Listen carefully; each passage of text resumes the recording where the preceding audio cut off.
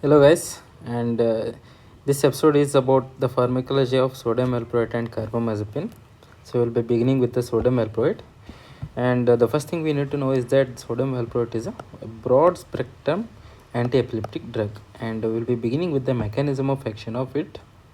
So it mainly acts in three ways. The first thing is it acts similar to the phenytoin and carbamazepine. So we have discussed a separate pharmacology of phenytoin. You can look into that.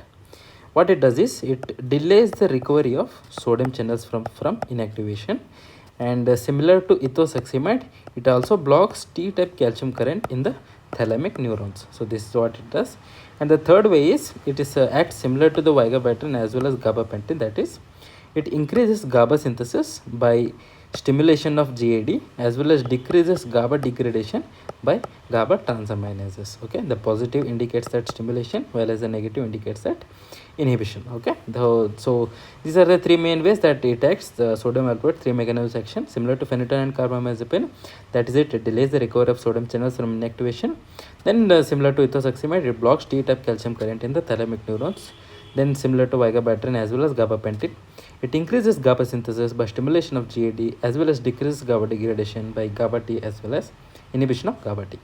So moving on to the pharmacokinetics. For pharmacokinetics, the first thing is that it has a rapid absorption from the GI tract, and it is highly bound to the plasma proteins. So if it's highly bound to plasma proteins, there is more chance that it stays inside the blood for the longer number of time.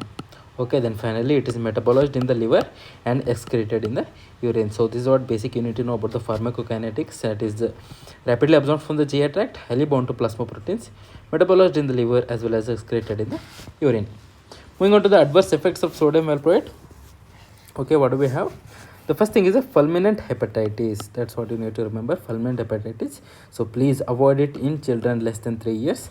And also you should monitor the hepatic function of the patient for whom you are giving sodium valproate. So there is increased hepatic function degradation. So that's what you need to, whenever you are giving sodium valproate to a patient, make sure that you are monitoring the hepatic function, as well as you should avoid in children less than 3 years. Then followingly, the next thing is teratogenicity.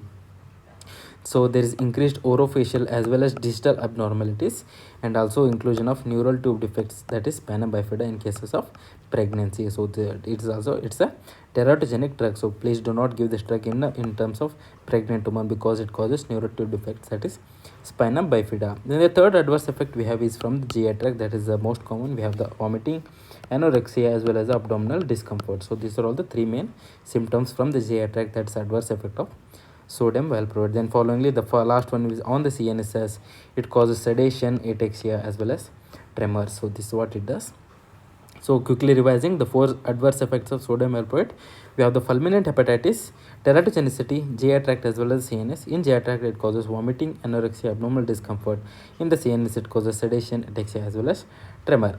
Then for moving on to the uses of sodium valproate, we have the absence seizures. It is used in the absence seizures. Then second one is it is used in the myoclonic seizures.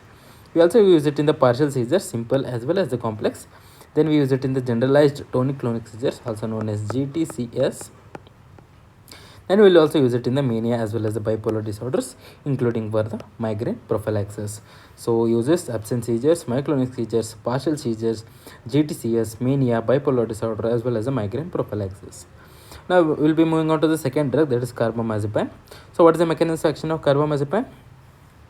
The first thing is it binds to voltage dependent sodium channels. So after binding to voltage dependent sodium channels, it prolongs the activity of the inactivated state. The inactivated state of the sodium channels, it prolongs it, or you can say it delays it. So after delaying it, it prevents further entry of sodium ions into the neurons. So it blocks the entry of sodium ions into the neurons, thus causing stabilization of the neuronal membrane. So when it is blocked, the neuronal membrane gets stabilized, thus inhibiting the generation of repetitive action potentials. So after blocking this, the action potentials will be completely blocked, moving on to another neuron. Thus it prevents the spread of seizure discharges. Okay, so this is what happens. Mechanism of action, very important. Try to remember, try to understand. If you want, you can take notes.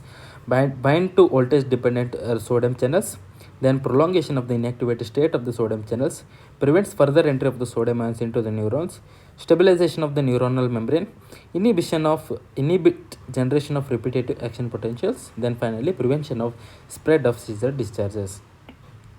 So the next thing is we have the pharmacokinetics of carbamazepine. So the first thing is we have the slow absorption from the GI tract, or as well as which leads to bound to plasma membrane. Then it is well distributed in the CSF. It's metabolized in the liver and also auto induces other drugs such as valproate as well as phenytoin. So this is about the pharmacokinetics. Moving on to the important adverse effects of carbamazepine. So what do we have? In the CNS central nervous system, it causes sedation, drowsiness, vertigo, ataxia, diplopia as well as a blurred vision. So these are the important side effects or adverse effects of carbamazepine in the CNS. Moving on to the GIT, the most common nausea and vomiting. Then followingly, it also causes hypersensitivity reactions such as skin rashes as well as eosinophilia. Then in the hemodynamic adverse effects of carbamazepine, we have the bone marrow depression, which is very important.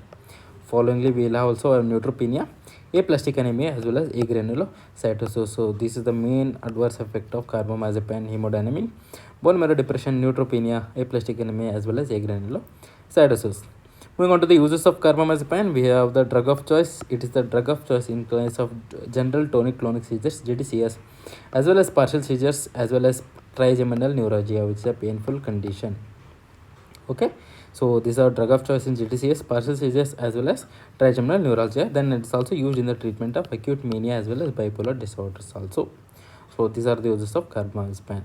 So finally, ending this session with a thought: a single minute of procrastination can destroy a month of hard work and discipline. So very important, please understand it. A single minute of procrastination can destroy a month of hard work and discipline. So thank you for watching, guys. Stay happy and keep learning. Goodbye.